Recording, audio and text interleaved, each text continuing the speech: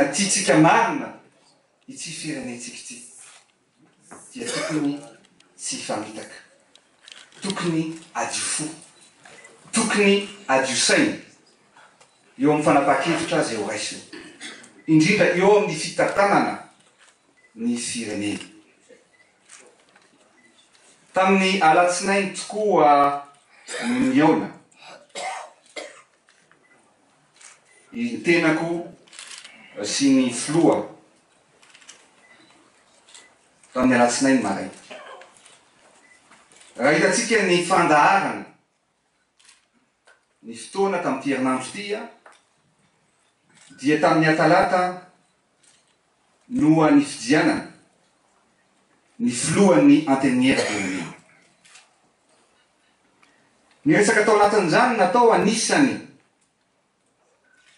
dia ny hoe ny fanolorana any Ramatoa izay présidente ny Assemblée nationale ankehitriny ho filohan'ny antenimieram-pirenena.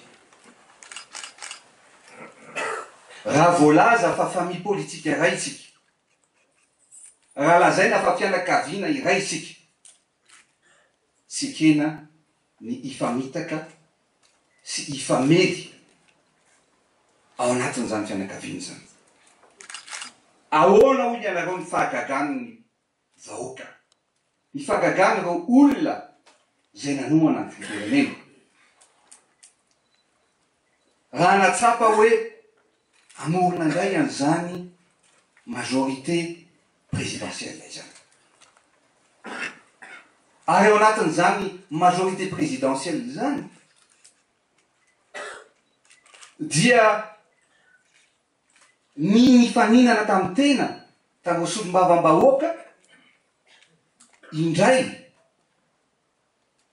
na le tsy miaraka nanoana ny ray fo no manolotra amin'ny olona ifaninana amin'ny Ramatoa ministre zay présidente ny Assemblée nationale ankehitriny.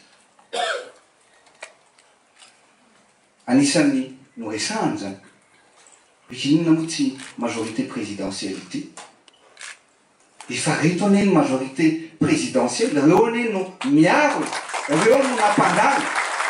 reo no nitototo, reo no nandeha tany anaty ala rehetrarehetra tany. Fa ny olona izay nifaninana taminao indray androany no lasa namana, fa ny olona tena namana no alaina fahavalo. I ravaly, i mouvance mialatsiny, indray androany no amena satry-boninahitra. Ary anisany teneniko tamin'ny filony hoe lazaina hoe tsy mifanaraka tsy miady isika, nefa mifihetsika sy ny zavatra atao rehetrarehetra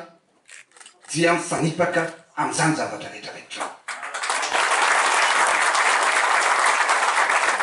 Vao tamin'ny asabotsy teo, mbola tsy herinandro koa zay, dia voalaza fa misy an'izany filoha amboninahitra an'izany atao hoe HVM zany, nametraka ny député an'ny mouvance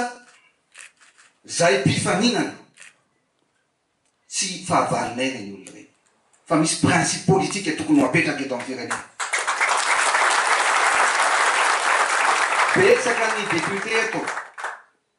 vitatsika eto anatin'ny tetezamita ny lalana makany Faratsio, any amin'ny faritry Faratsio iny, ao anatin'ny miara-miasa amitsika zany. Maninona tsy tany nitokanana dia nametraka ny député atsika tany. Betsaka ny asa nataotsika teto amin'ny tany sy ny fanjakana sy ny firenena, fa any amin'ny olona nifaninana indray no apetraka ny sarotsatsim-boninahitra. Dia valalanina ny tena, mametra-panontaniana ny tena eo anatrehan'izany zavatra rehetrarehetra. Hita-boko zany, hita-pirenena, hitatsika amin'ny eno aman-jery rehetra. Manaraka zany, iza ny olona miaraka amin'izany atao hoe olona eo amin'ny fitondrana ankehitriny zany. Valalanina ny tenanao. Eto tsy misy, za tsy manana fahavalina izay izy, fa ny fomba fanaovana politika mihitsy no tsy mety ary tokony amboarina tokony voaina aingana dia aingana mialatsiny a fa ny olona teny ambony pilipitra olona nangataka ny disqualification an'le filoham-pirenena ankehitriny no milaza indray hoe anohana anampy mitovy ny programme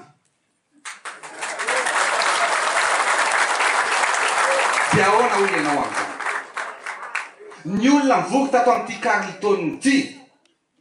zay nilaza fa mpangala vato i Rajonary Mapianina tsy mendrika eo filoham-pirenena i Rajonary Mapianina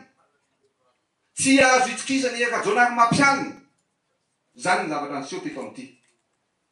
no miteninay hoe mitovy ny programme anay anohana anazy izahay ny programme fangalana-bato hoe zany nitovizana anay ankehitriny tsy mety aminay zany fanaovana politika zany tsy mendrika eo amin'ny malagasy izany fomba fanaovana politika zany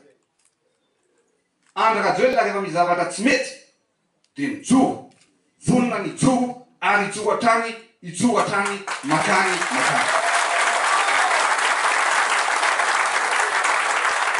tsy mety amin'ny Andry Rajoelina mifampietsara velatsy zany ny antony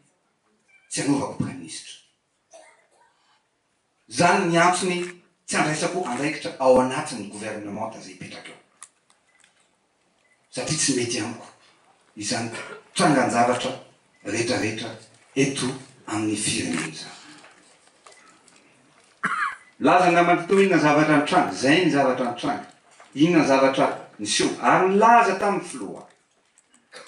ny zavatra sy ny fihetsika ataonareo io